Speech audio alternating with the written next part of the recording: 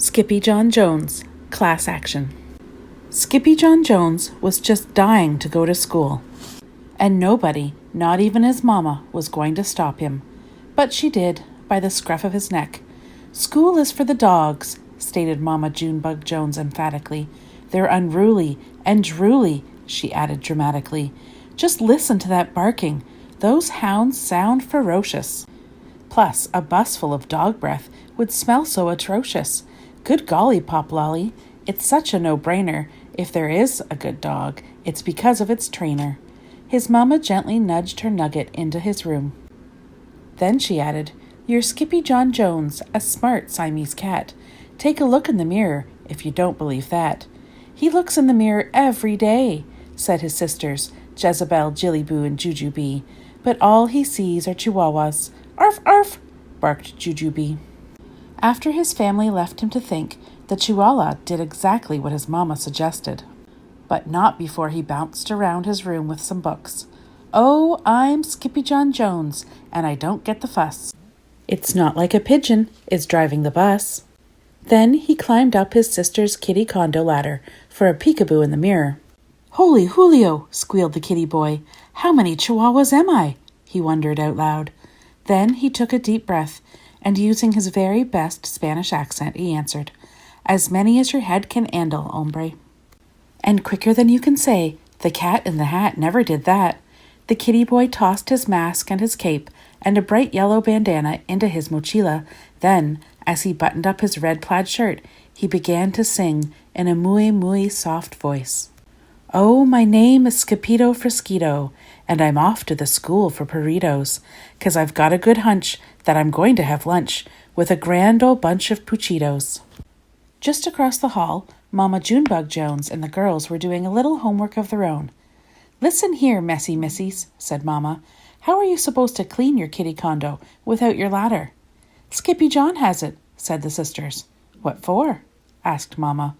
"Oh, so he can see the chihuahua in the mirror." The chihuahua, however, was already in his closet, boarding a bus for school. But the kitty boy wasn't the only chihuahua on board. His old amigos Los Chimichangos were going to school too.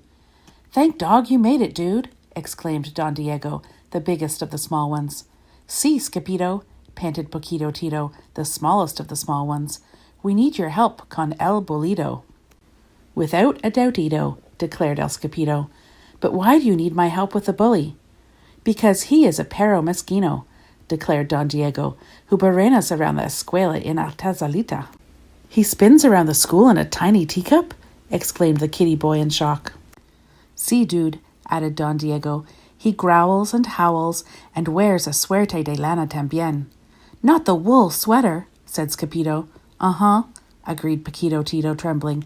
"He is a woolly bully." There wasn't a dog worth his biscuits who didn't fear the woolly bully, so it wasn't a surprise when a potent puff of panic poofed out the gatito's tail. And all that puffiness inspired the puchitos to sing. "Oh, puffy, puffu, puffito, we know you can do it, Skippito. Let's unravel his sweater and knit something better. We'll show that old woolly bullito." But there was no turning back now. The doggies had arrived at school. A moment later, the principal, a poodle with very high standards, appeared with a bucket of balls and a whistle. First, she blew, and then she threw. "Go fetch!" barked Mrs. Begalot. Then every dog, big and small, chased a ball down the hall and into their classrooms, except for Skippito. He got carried along by the river of rovers and landed in art class, where he drew his best ever double doggy doodle.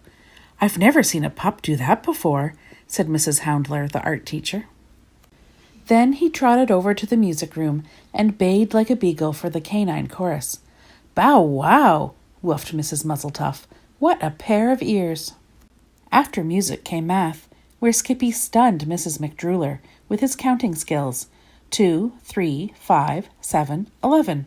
At the bell, the amigos followed their noses into the library. Not even a bowl full of frijoles smelled as delicious as the scent of books waiting to be read. "I lick libros," declared El Skippito Frisquito, the great reader Ito. "I like books too," whispered Lenora Lapsitter, the librarian, from behind the bookcase. The kitty boy was the last to leave the library, so he had to race right over to French class with Monsieur Fusé. "Can you say cheese?" asked the teacher. "Oui, oui," said the poodles. "Fromage." "Si, si," said Skippyjo. "Queso." "Queso cabeza," shouted the chimichangos from the rear of the room. "I'm not a cheesehead, chimichangos," chuckled the gatito. "I'm a chihuahua." The poodles were tickled pink to have Los Pochitos in class with them, and Los Pochitos wanted to share what they had learned with their amigo. So the puppy sang, "Come see, come sa, come cito. We have something to tell you, Skippyjo. When the poodles say we, they really mean si, so don't look for a red hydrantito."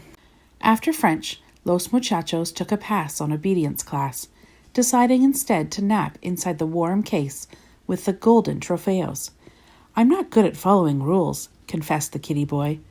"What dog is dude?" quipped Don Diego.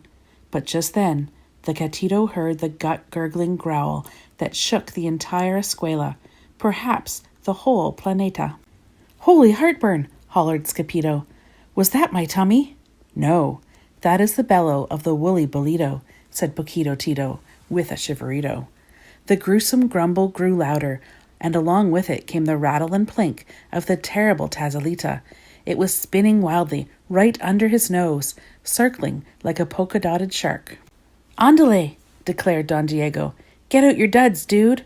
But Skippyjo was too frozen with fear to unpack his mochila, so his amigos did it for him, helping to change their Chico into El Skippyjo Fresquito, complete with mask, cape, and banana.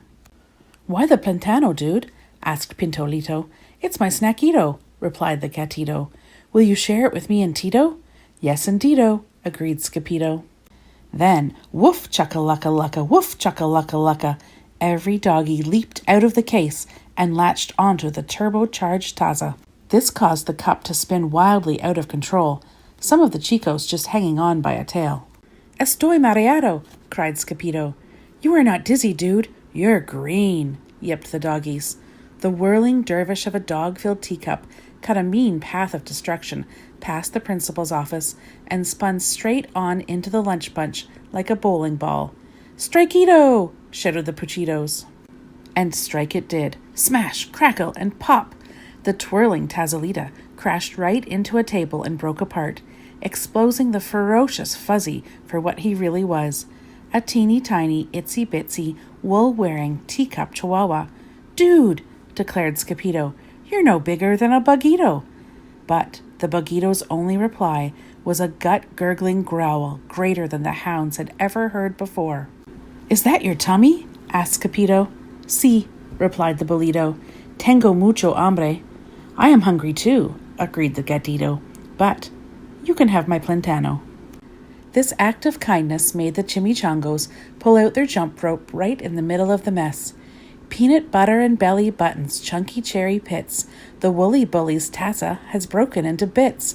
Wiggle, waggle, jelly on the toast. He's not a woolly bully, he's just hungrier than most. Just then, Mrs. Bagalock stomped into the lunchroom. "I smell a cat," she bellowed. "That cat better scat." Then out came the whistle. First she blew, and then she threw a bright yellow ball down the hall, which every dog, big and small, began to chase, except for Skippyjo. He wasn't chasing the ball. He was running for his life. First Skippy tripped, and then he slipped on the banana peel and slid straight out of his closet and back into the arms of his Mama Junebug Jones. "What in the woolly white willies have you been up to, Mr. Whistle Whiskers?" asked Mama. "He broke my teacup," whined Jillyboo. "And he ate my banana," complained Jezebel. "That's 'cause he went to school with the Chihuahuas," explained Jujubee. Later that night, after every Fuzzy fell asleep, the kitty boy was good for one last bounce. "Oh, I'm Skippyjon Jones, and I couldn't say it better. The dog is not a bully just because he wears a sweater." Then he bounced over to his mama and gave her a beso, a kiss she felt straight through the layers of her quilt. "Good night, little dipper," said the very sleepy mama. "Good night, Mama," said the very sleepy kitten.